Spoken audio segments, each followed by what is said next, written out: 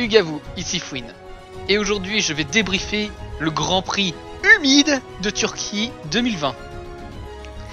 Eh oui, la pluie est venue, la pluie était là, et du coup les pilotes ont dû rouler sous la pluie. C'est rare, hein. Ouais. Mais au moins on a vu que les voitures étaient pas très adaptées, on va dire. En même temps, tu me diras, sous la pluie, forcément, la piste est mouillée, tu es obligé de rouler moins vite, il y a des flaques, évidemment. Mais punaise que ça fait du bien de revoir un Grand Prix sous la pluie.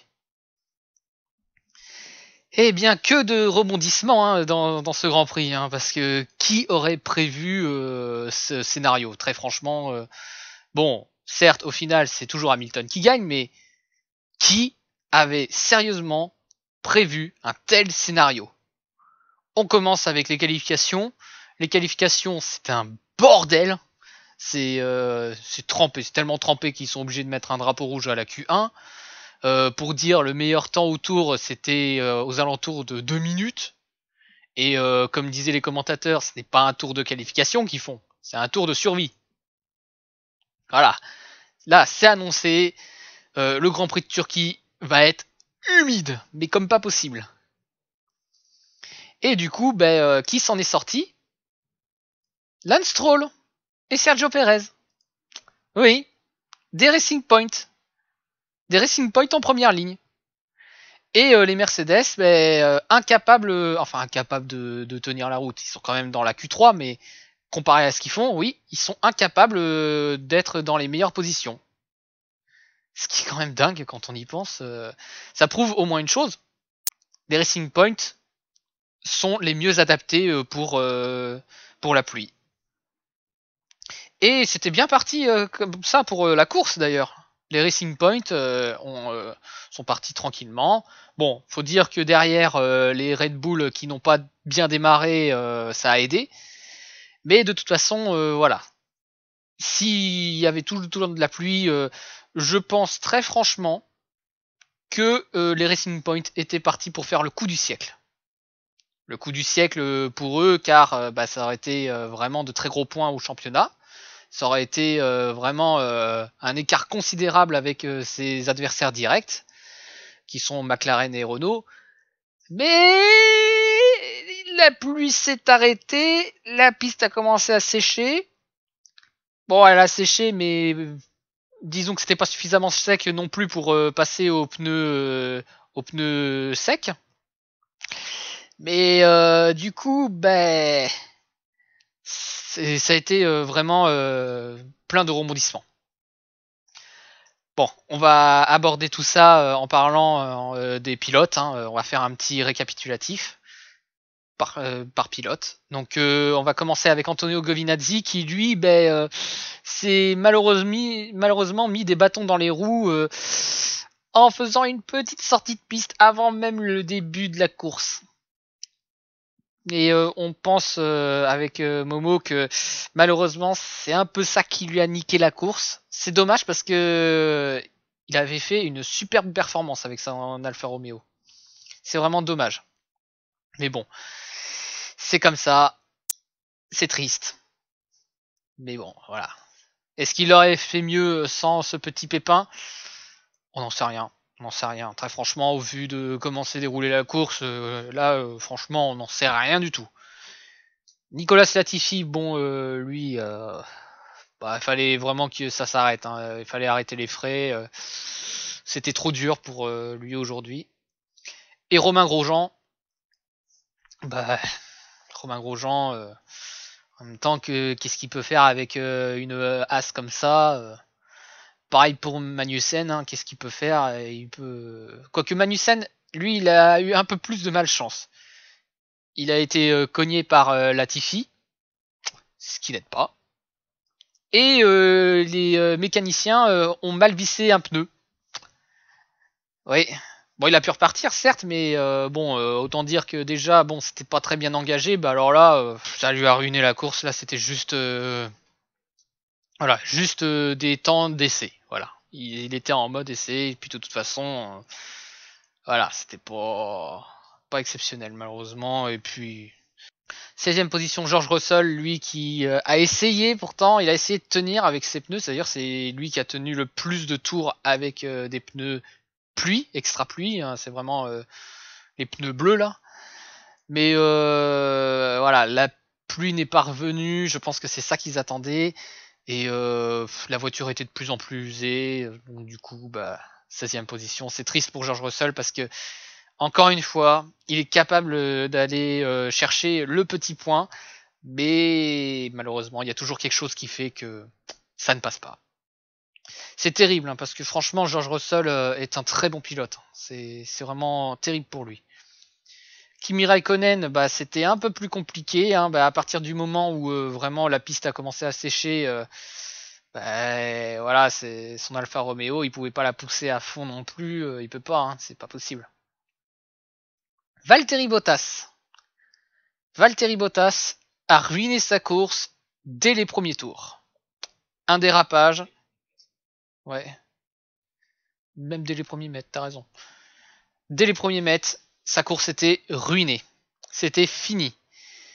Il a fait trop de dérapages malheureusement, trop d'erreurs sur les mêmes endroits même des fois. Alors qu'on se fasse avoir une fois, ok, mais c'est vrai que bon, après c'est vrai que c'est simple de juger quand on est assis sur le canapé, mais voilà, il s'est planté plusieurs reprises dans le même endroit de la piste et voilà, c'est triste à dire, mais il n'a peut-être pas été suffisamment précautionneux, peut-être. Après, conduire dans les conditions qu'ils avaient, faut le dire, hein, c'était vraiment un travail d'équilibriste, hein, mais bon, voilà. Il y a un mélange de pas de chance, un mélange de frustration dans le pilotage de Valtteri Bottas. En même temps, se faire avoir d'un tour par le champion du monde, c'est terrible, hein, c'est franchement terrible. Ça fait vraiment un coup de massue pour lui.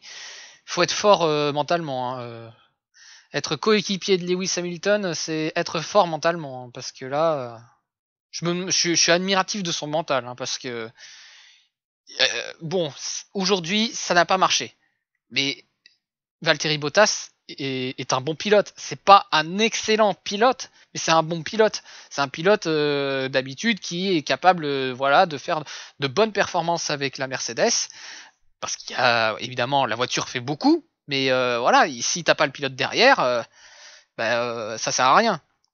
Bon, là, malheureusement, c'était un jour sans. C'est au pire moment, malheureusement, pour le championnat, mais bon, déjà, très franchement, on le dit depuis le Grand Prix de Grande-Bretagne, pour rappel, on disait que c'était là que Hamilton avait gagné le championnat, c'est qu'il fallait pas espérer grand-chose, voilà. Hein. Il n'aura pas fallu, voilà, c'est juste un suspense qui n'existait pas, qui est enfin terminé, quoi. Voilà, bon, tout ça pour dire, Valtteri Bottas, vraiment, mélange de pas de chance, de frustration, c'est terrible pour lui. Pierre Gasly et Daniel Katz, c'est un petit peu décevant parce que on espérait vraiment qu'il soit plus dans les points. Mais bon, la AlphaTauri, on le sait très bien, n'est pas aussi puissante qu'une Red Bull. Sauf si tu le compares à Alex Albon, mais bon, ça, voilà, on va arrêter les trolls là-dessus. C'est bon, on le sait. Mais du coup, voilà, c'est un peu décevant, mais ils s'en sortent quand même avec une 12e, une 13e position. Et d'ailleurs, pour Daniel Katz, ça doit lui faire du bien d'être un petit peu devant Gasly. Parce que on sait très bien que Katz est à la recherche d'un baquet pour l'année prochaine.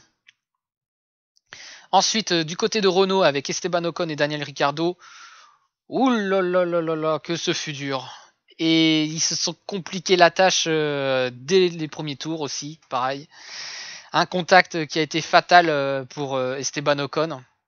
Fatal car malheureusement Esteban Ocon s'est retrouvé en fond de grille à cause de ça. Évidemment, il fallait réparer. Et du coup, a ruiné toutes ses chances de marquer des gros points. C'est triste à dire parce que après, il est remonté quand même 11ème. C'est quand même notable. Hein, il a fait ce qu'il pouvait. Mais c'est vrai que c'est terrible s'il n'y avait pas eu cet accrochage. Mais bon, c'est comme ça. Et Daniel Ricciardo, voilà, il a lutté comme il pouvait, mais bon, la Renault n'était vraiment pas performante pour une piste qui commençait à sécher. 10e position pour Daniel Ricciardo, c'est voilà, c'est une très très très très maigre consolation.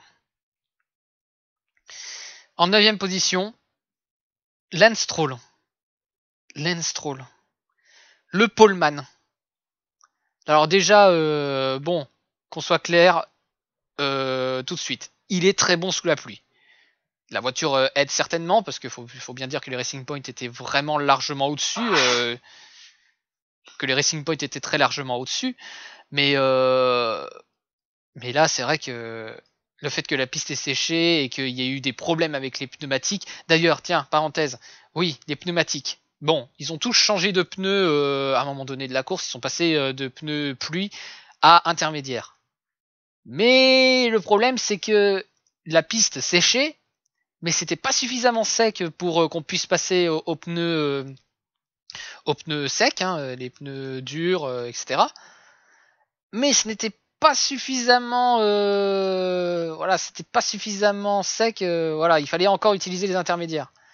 Mais le problème, c'est que la piste, quand même, à certains endroits, était quasi sèche. Et du coup, il a fallu quand même maintenir l'utilité de ces pneus intermédiaires. Il a fallu que ça puisse évacuer de l'eau parce que sinon les pneus sont usés. Et du coup, beaucoup de pilotes se sont arrêtés au stand.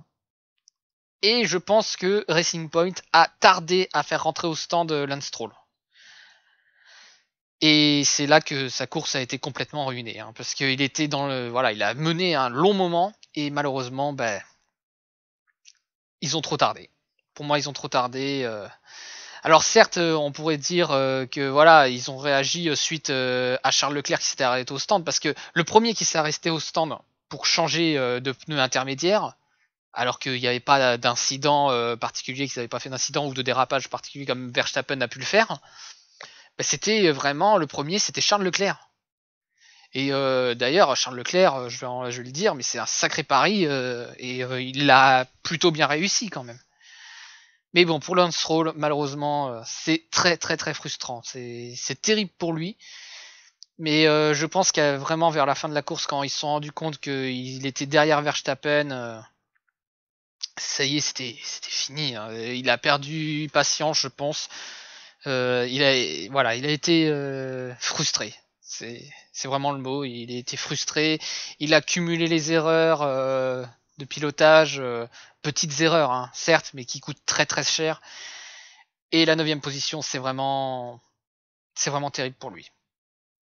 Et après, on pourrait s'interroger sur est-ce qu'il fallait vraiment changer les pneus? Parce que quand on regarde devant, Lewis Hamilton et Sergio Perez notamment, ils n'ont pas changé de pneus. Ils ont fait la course avec 50 tours de pneus intermédiaires. Alors que c'était déjà usé à peu près depuis le 25e, 30e tour. Ouais, mais là c'est, on va dire, c'est au feeling du pilote. Le feeling du pilote, Stroll n'était pas à l'aise. Mais Sergio Perez était peut-être plus à l'aise, peut-être. Ou bien on lui a dit lutte avec ses pneus. Et Hamilton, malheureusement, on sent que voilà, il gérait, hein, Hamilton. Hein. De toute façon, on va reparler, mais il gérait. Donc, pour résumer, Lance Stroll, grosse frustration pour lui, et c'est frustrant aussi pour nous parce que on s'attendait à ce qu'il soit au moins sur le podium, mais voilà, les conditions ont fait que. Lando Norris, 8ème, il a fait ce qu'il pouvait avec une McLaren extrêmement difficile à piloter. Et d'ailleurs, voilà, c'est autant sous la pluie, voilà, la McLaren n'est vraiment pas performante, mais autant dès que ça a commencé à sécher, il a remonté petit à petit jusqu'à voilà cette magnifique 8ème place, et il s'est même permis d'avoir le meilleur temps du circuit. Meilleur temps à vu des conditions, c'est quand même pas mal. C'est un petit exploit. C'est pas la première fois qu'il fait ça, d'avoir le meilleur temps au tour, mais voilà, c'est un petit bonus qui fait du bien. Voilà. En 7ème position, Alexander Albon. Bon, on va éviter tous les trolls sur Alexander Albon, hein, on est d'accord. De toute façon, je vais essayer d'être le plus objectif possible en disant que Albon a fait quand même, dans l'ensemble, une bonne course. J'estime qu'il a fait plutôt une bonne course. Quand je dis que je suis objectif, il y a quand même une part de subjectivité. Enfin bref. Voilà, sa course était bien. Oui, il a fait quelques erreurs, mais Verstappen aussi en a fait. Mais après, oui, il était plus lent que son coéquipier, encore une fois. Coéquipier qui faisait, j'estime, beaucoup plus d'erreurs. Notamment une erreur quand il a voulu dépasser Sergio Pérez. Il a voulu tenter un intérieur qui était suivi après par une longue ligne droite.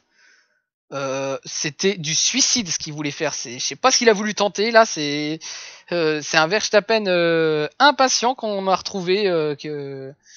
Et ça faisait longtemps qu'on n'avait plus vu ça. En même temps, tu me diras quand il tâtait les meilleures positions, bah du coup il avait pas trop à lutter, juste à bien rouler. Mais là, le fait qu'il se retrouve dans le peloton, bah du coup voilà, il s'impatientait et à chaque fois ça lui a coûté cher.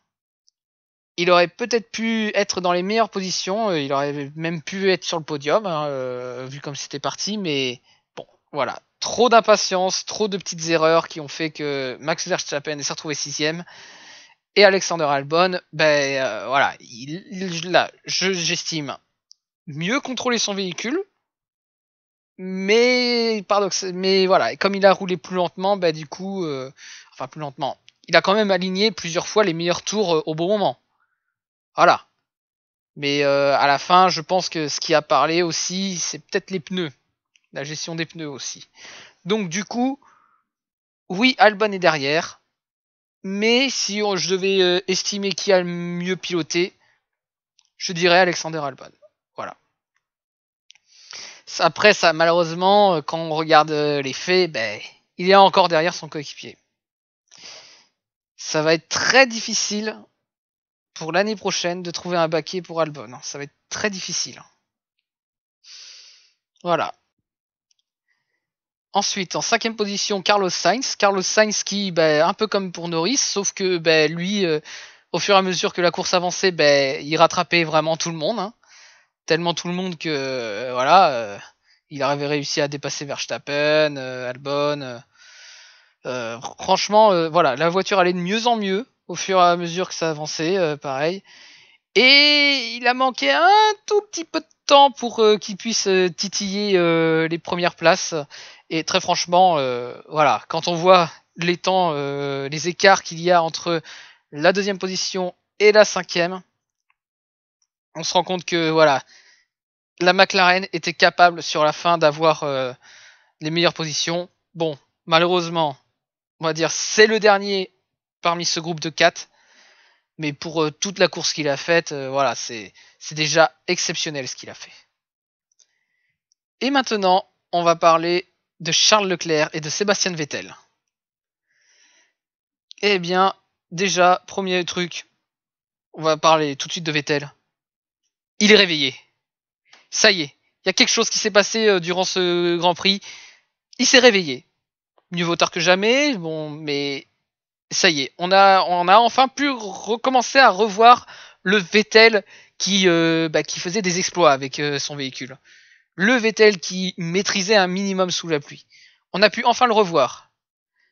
Mais bon, si on doit comparer par rapport à Charles Leclerc, je pense quand même qu'il était un tout petit peu en dessous. Parce que cette 3ème position est assez trompeuse, parce que voilà, Charles Leclerc l'a dépassé à plusieurs reprises.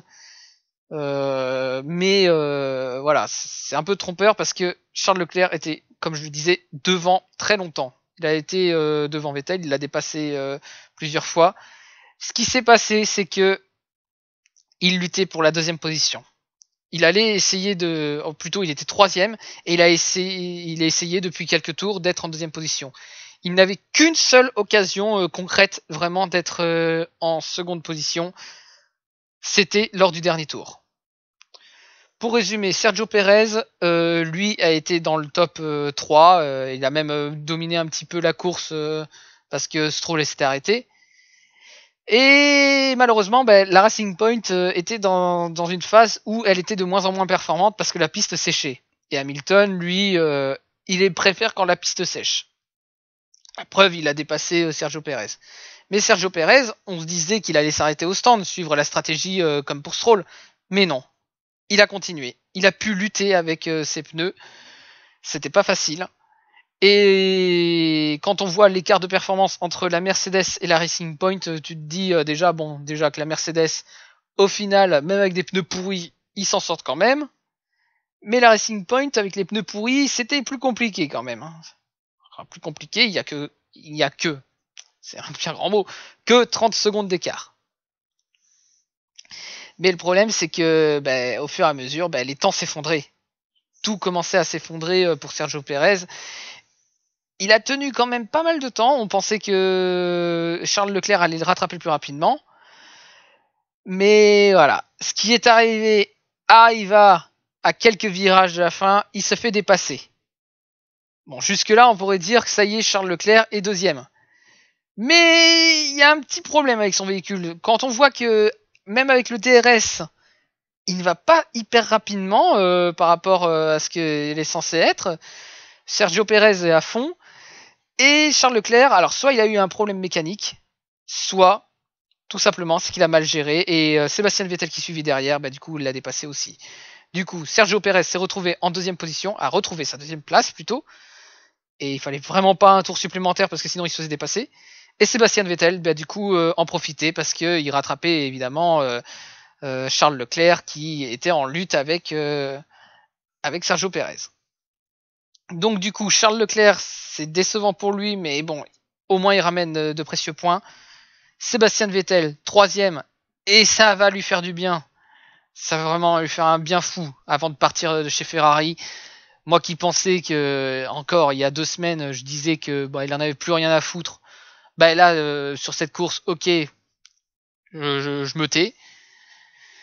Et Sergio Pérez, voilà, il a assuré, il a voulu limiter la casse dans la mesure du possible, et c'est ce qu'il a fait, 18 points. Vraiment, bravo Sergio Pérez. Et pour la première position, voilà. Il gagne avec honneur. Bon, déjà, il avait déjà gagné parce qu'il était resté très longtemps en 6ème position, mais bon, faut dire que Bottas a aidé aussi pour qu'il soit champion, mais là, voilà. Que dire, à part que c'est un pilotage magnifique qu'a fait Lewis Hamilton. Il a lutté et pendant qu'il y avait la pluie, et quand ça a séché, il a fait ce qu'il fallait faire. Il a fait du grand Hamilton. Du grand pilotage. Magnifique. Vraiment, absolument sublime. C'est vraiment admiratif. Hein. Je suis vraiment admiratif de ce qu'il a fait. C'est... Voilà. Waouh, quoi. Waouh, waouh, waouh, waouh. C'est d'autant plus impressionnant quand on voit que il n'avait plus de pneus. Hein. Littéralement, ses pneus étaient lisses. C'était beau. Tu pouvais le caresser, c'était tout doux. Il n'y avait plus rien. Là, je me demande si ça agissait encore, mais moi je me dis, mais ça n'évacuait plus rien. Ces pneus, c'était des pneus secs, c'est ce qu'il avait. Mais voilà, franchement, Hamilton, voilà.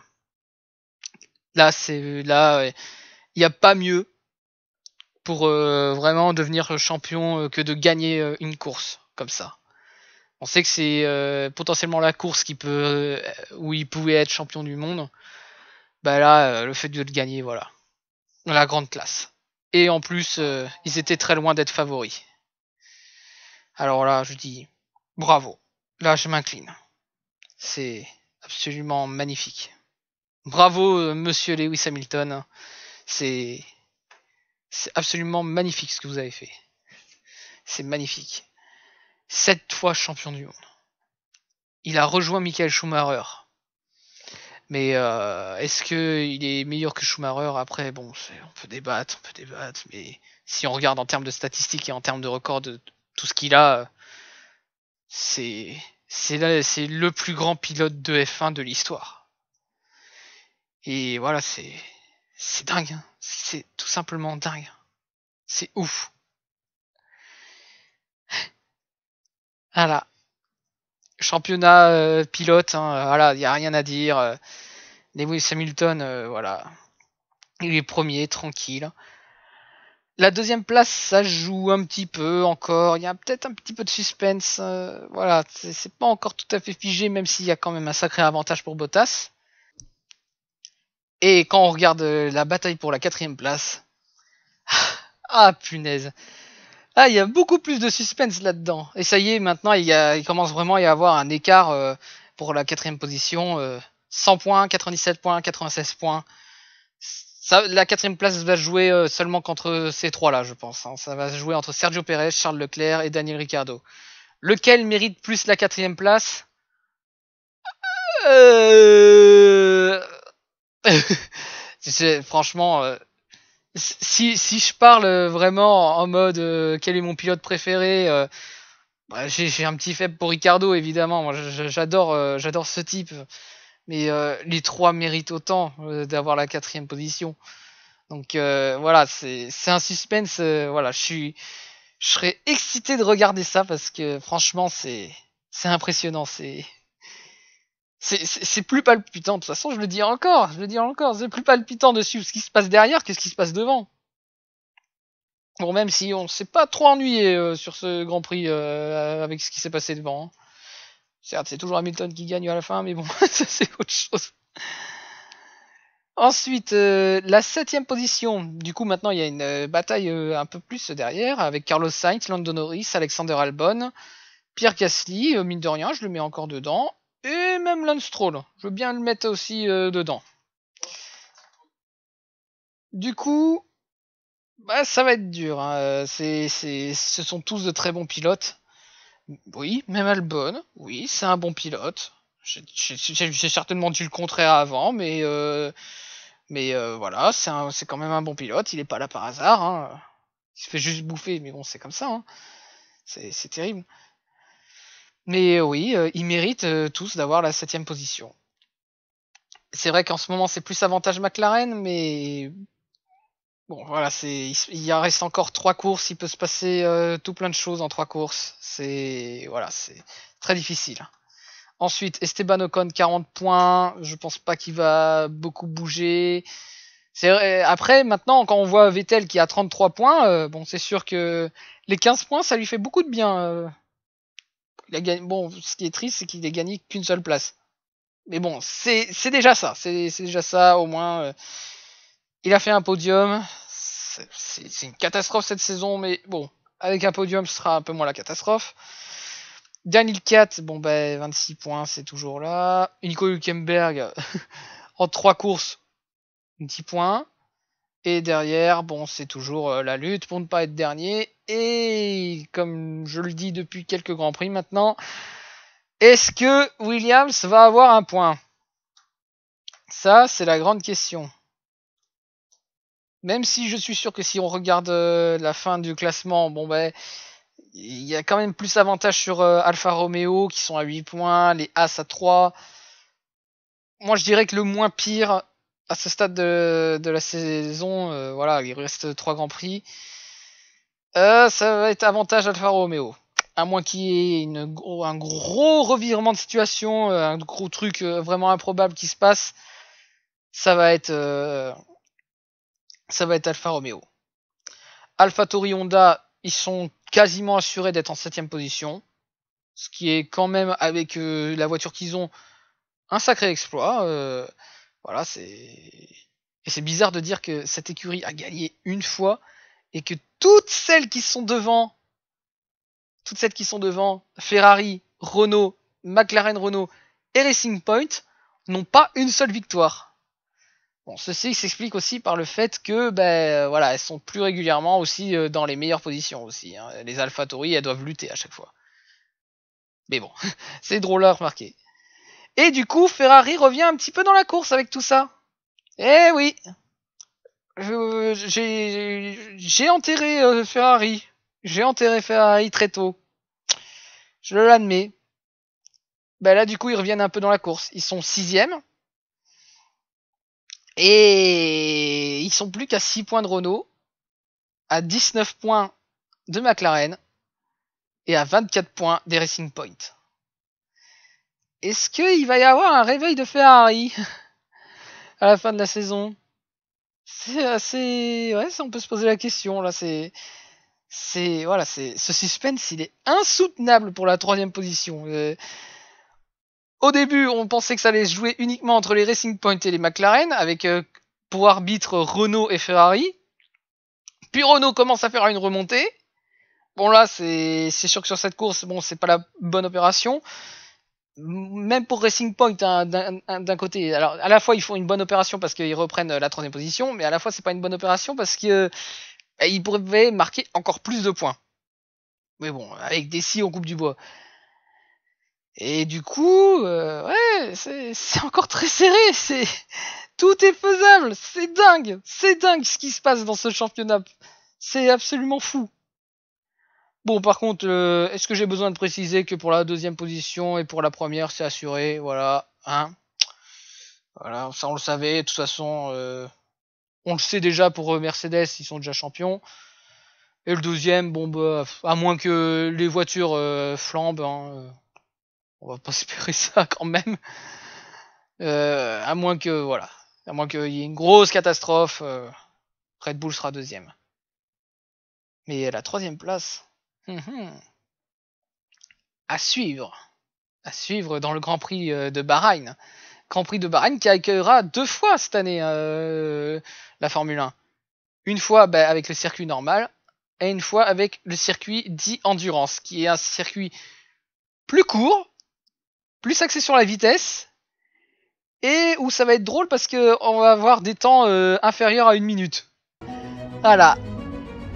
Bon, c'est sur ça qu'on va se laisser du coup, hein, et surtout n'hésitez pas à commenter, liker, partager la vidéo si ça vous a plu. C'est commenter aussi sur mon avis, si vous pensez que j'ai raison, que j'ai tort, que j'ai oublié de parler d'un truc en particulier, c'est possible, hein, que j'ai oublié de parler de certains trucs. Voilà, si vous aimez le format, bref, vous faites ce que vous voulez, vous mettez ce que vous voulez dans les commentaires. C'est fait pour ça d'ailleurs. Et sur ce, moi je vous dis ciao.